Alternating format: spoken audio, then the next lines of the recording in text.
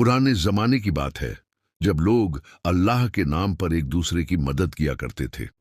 एक छोटे से शहर में नवाब खान नाम का एक गरीब तांगा चालाक रहता था। उसके पास एक बूढ़ा घोड़ा और टूटा फूटा तांगा था, लेकिन उसका दिल बादशाहों से भी ज्यादा अमीर था। नवाब खान हर सुबह फज्र की नमाज के बाद अपना तांगा साफ करता और बिस्मिल्लाह पढ़कर रोजी कमाने निकल जाता। उसकी बीवी फातिमा और 3 छोटे बच्चे थे।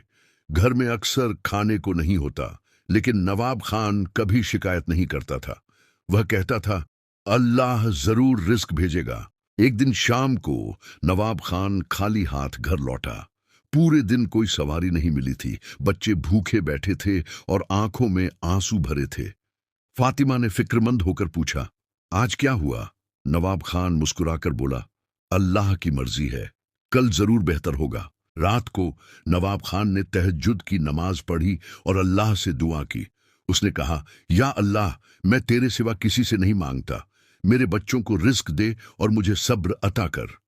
आंसू गिरते रहे और दिल से दुआएं निकलती रहीं। अल्लाह का करम होने वाला था। अगले दिन सुबह नवाब खान हमेशा की तरह तांगा लेकर निकला। शहर के चौक में अजीब सा मंजर था।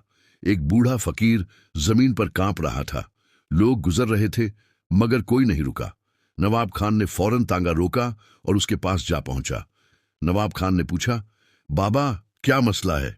फकीर ने कहा, बेटा, मैं बहुत बीमार हूं और अपने गांव जाना है, लेकिन पास में पैसे नहीं। नवाब खान के पास खुद भी कुछ नहीं था, मगर उसने कहा, आप फिक्र न करें, मैं आपको पहुंचा दूंगा। फकीर की आंखों में उम्मीद की चमक आ गई। नवाब खान ने फकीर को एहतियात से तांगे में बिठाया। गांव दूर था और रास्ता पहाड़ी, पूरा दिन लग सकता था। लेकिन नवाब खान ने एक पल भी न सोचा। वह जानता था कि नेकी करना अल्लाह को पसंद है। बूढ़ा घोड़ा भी जैसे हिम्मत करके आगे बढ़ चला। रास्ते में फकीर ने पूछा, बेटा, तुम खुद इतने गरीब हो, फिर भी मदद क्यों कर रहे हो? नवाब खान ने जवाब दिया, बाबा, मेरा अल्लाह बहुत करीम है, वह मुझे जरूर बदला देगा। मैं उसके बंदों की खिदमत करता हूं, तो वह मेरा ख्याल रखता है। फकीर चुपचाप उसकी बातें सुनता रहा। सूरज ढलने लगा और गांव का रास्ता नजदीक आ गया। नवाब खान थका हुआ था, लेकिन उसके चेहरे पर सुकून था। फकीर बोला, बेटा, तुमने मेरी जान बचाई है, अल्लाह तुम्हें इसकी जजा देगा।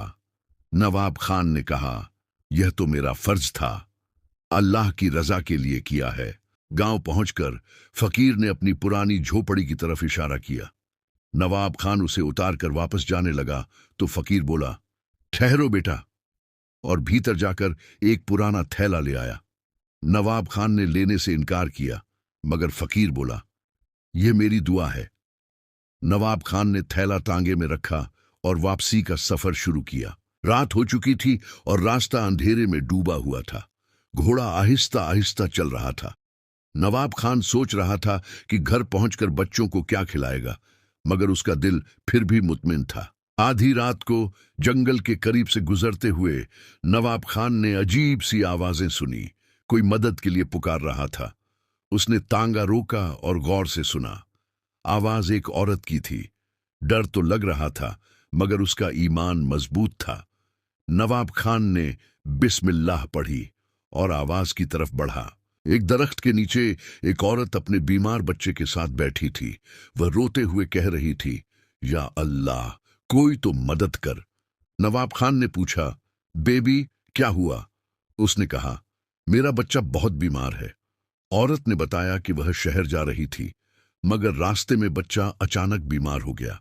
न पैसे हैं, न कोई सवारी। नवाब खान ने फौरन कहा, आप फिक्र ना करें, मैं आपको शहर के अस्पताल पहुंचा दूंगा। औरत की आंखों में शुक्र के आंसू आ गए। नवाब खान ने औरत और बच्चे को तांगे में बिठाया। बूढ़ा घोड़ा थका हुआ था, मगर नवाब खान ने उसे प्यार से समझाया कि अल्लाह के बंदों की मदद करनी है। जैसे वह समझ गया और तेजी से चल पड़ा। रात की तारीकी में सफर जारी रहा। रास्ते में औरत ने कहा, तुम जैसे नेक लोग आजकल बहुत कम मिलते हैं। नवाब खान बोला, यह तो अल्लाह का हुक्म है कि मखलूक की खिदमत करो, मैं बस उसकी रजा चाहता हूं। औरत ने दुआ दी, अल्लाह तुम्हें दुनिया आखिरत में कामयाबी दे। सुबह होने से पहले नवाब खान शहर के अस्पताल पहुंच गया। डॉक्टर ने बच्चे का फौरन इलाज शुरू कर दिया। औरत बार बार शुक्रिया अदा करती रही, मगर नवाब खान बोला, शुक्र अल्लाह का करो, वही मददगार है। फिर वह खामोशी से वापस चल दिया। घर पहुंचते पहुंचते दोपहर हो गई। फातिमा दरवाजे पर उसका इंतजार कर रही थी। नवाब खान ने रात भर की सारी कहानी सुनाई। फातिमा ने कहा, अल्लाह आपसे रजा हो। बच्चे भूखे थे, मगर सब ने सब्र किया। नवाब खान बोला, अब देखो अल्लाह क्या करता है। शाम होने को थी कि एक साहब तांगे के पास आए। उन्होंने कहा, मुझे स्टेशन छोड़ दो। नवाब खान ने खुशी से हां कर दी। वह साहब बहुत शरीफ और नेक मालूम होते थे। रास्ते में उन्होंने नवाब खान से बातें की और नवाब खान अदब से जवाब देता रहा। साहब ने पूछा, तुम कितना कमाते हो? नवाब खान ने सच्चाई से बताया कि कभी कुछ मिलता है, कभी कुछ नहीं, मगर अल्लाह पर भरोसा है, वह कभी भूखा नहीं रखता। साहब ने कहा, तुम्हारा ईमान बहुत मजबूत है। नवाब खान बोला, यह मेरे वालिदैन की दुआ है। स्टेशन पहुंचकर साहब ने किराया दिया। आरएस धन थे जो नवाब खान के लिए बहुत थे। नवाब खान ने शुक्रिया अदा किया। साहब ने दुआ दी, अल्लाह तुम्हें कामयाब करे, और अंदर चले गए। नवाब खान ने अल्हम्दुलिल्लाह कहा और घर की तरफ चल पड़ा। घर पहुंचते ही बच्चे दरवाजे पर आ गए। नवाब खान ने पैसे फातिमा को दिए। फातिमा ने बाजार से आटा और सालन का सामान मंगवाया। रात को सब ने मिलकर खाना खाया। नवाब खान ने बच्चों से कहा, देखो अल्लाह ने कैसे रिज्क भेजा। बच्चों ने खुशी से अल्हम्दुलिल्लाह कहा।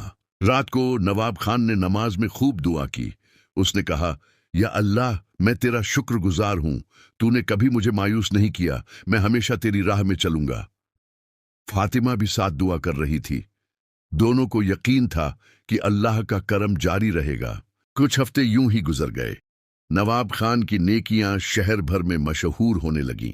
लोग कहते थे कि यह तांगा वाला बहुत नेक दिल है, मगर नवाब खान को कोई फक्र नहीं था। वह कहता था, मैं तो अल्लाह के हुक्म पर चलता हूं। उसकी इतनी आस्था देखकर लोग हैरान होते थे। एक दिन शहर में एक अमीर सेठ आया, जिसका नाम सेठ करीमुद्दीन था। वह बहुत मालदार मगर गुरूर वाला आदमी था। उसे गरीबों से नफरत थी। उसने नवाब खान का तांगा बुलवाया। नवाब खान अदब से आगे बढ़ा और सलाम किया। सेठ ने तकब्बुर से जवाब दिया। सेठ ने कहा, मुझे बाजार ले चलो और जल्दी करो। नवाब खान ने तांगा चलाना शुरू किया।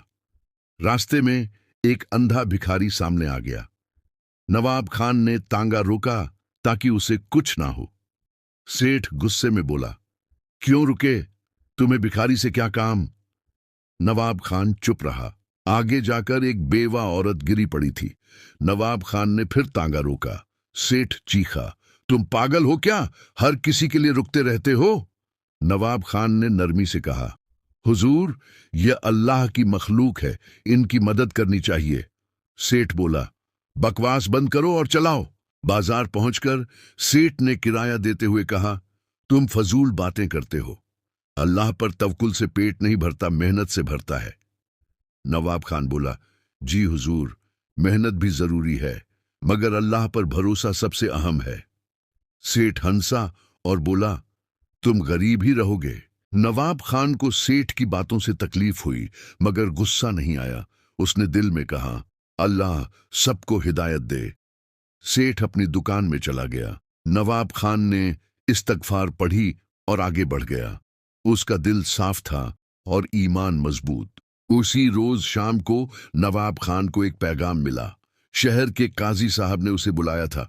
नवाब खान परेशान हो गया कि काजी साहब ने क्यों बुलाया, मगर फिर उसने तवक्कुल किया और चल पड़ा। काजी साहब का घर बड़ा और खूबसूरत था। दरवाजे पर पहरेदार खड़े थे। नवाब खान ने दरवाजा खटखटाया। खादिम ने अंदर बुलाया। काजी साहब मुस्कुराकर मिले।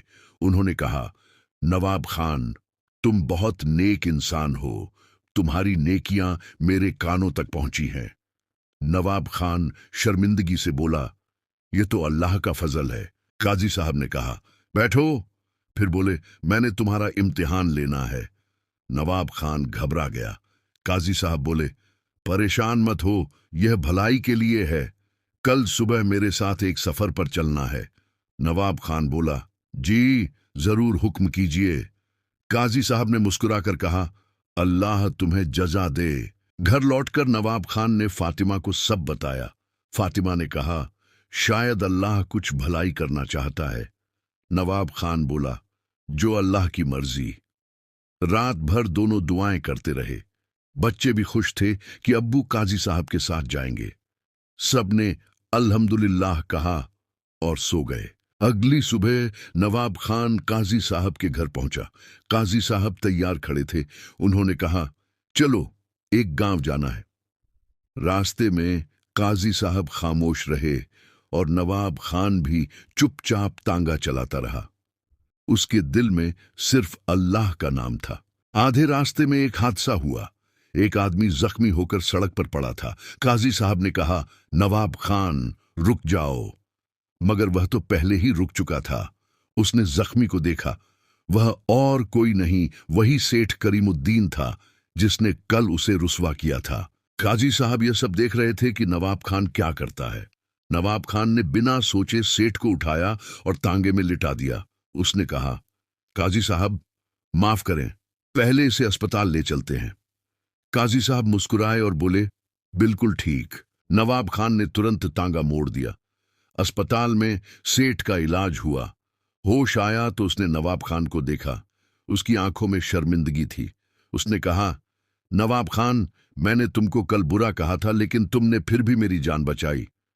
नवाब खान ने कहा, यह मेरा फर्ज था, अल्लाह की मखलूक की मदद करना। सेठ की आंखों से आंसू बहने लगे। उसने कहा, मैं बहुत गलत था। मैंने गरीबों को हकीर समझा। आज समझ आया कि असली दौलत नेक दिल होना है। नवाब खान, तुमने मुझे जिंदगी का सबक दिया। काजी साहब ये सब देख रहे थे और खुश थे। बाहर आकर काजी साहब ने नवाब खान से कहा, तुम इम्तिहान में कामयाब हो गए। नवाब खान हैरान होकर बोला, कैसा इम्तिहान? काजी साहब ने बताया, शहर के एक यतीम खाने के लिए नजीर चाहिए था। एक ऐसा इंसान जो ईमानदार हो, नेक हो और अल्लाह पर पूरा तवक्कुल रखता हो। इसलिए मैंने तुम्हारा इम्तिहान लिया। काजी साहब ने कहा, वह फकीर, वह बूढ़ी औरत और वह जख्मी नौजवान सब मेरे आदमी थे। मैं तुम्हारी नियत और नरमी देख रहा था। तुमने हर मौके पर अल्लाह की रजा को तरजीह दी। नवाब खान हैरान रह गया और बोला, मैंने तो बस अपना फर्ज निभाया। काजी साहब बोले, यही तो असल ईमान है। काजी साहब ने कहा, अब तुम यतीम खाने के नजीर हो। तुम्हें तनख्वाह भी मिलेगी और रहने के लिए घर भी। तुम यतीमों की देखभाल करोगे। नवाब खान की आंखों से खुशी के आंसू बह निकले। उसने सजदा ए शुक्र अदा किया। अल्लाह ने उसके सब्र का फल दे दिया था। सेठ करीमुद्दीन ने भी तौबा कर ली। उसने यतीम खाने के लिए बड़ी रकम दान की। उसने कहा, नवाब खान, तुम मेरे उस्ताद हो। नवाब खान अपने खानदान के साथ यतीम खाने में रहने लगा। वह यतीम बच्चों को प्यार से पालता और उन्हें अल्लाह का सबक देता। सब खुश थे और शुक्रगुजार। सालों बाद नवाब खान का नाम पूरे इलाके में मशहूर हो गया। लोग कहते थे, यह वही तांगा वाला है जिसने अल्लाह पर तवक्कुल किया और अल्लाह ने उसे सर बुलंद कर दिया। नवाब खान अब भी आजा था। वह कहता था, जो अल्लाह पर भरोसा रखे, अल्लाह उसे कभी तन्हा नहीं छोड़ता। यही इस कहानी का असल सबक है। कहानी का मकसद बहुत तफसील से। इस पूरी कहानी का असली पैगाम यह है कि अल्लाह पर पूरा भरोसा, तवक्कुल रखने वाला इंसान कभी नाकाम नहीं होता।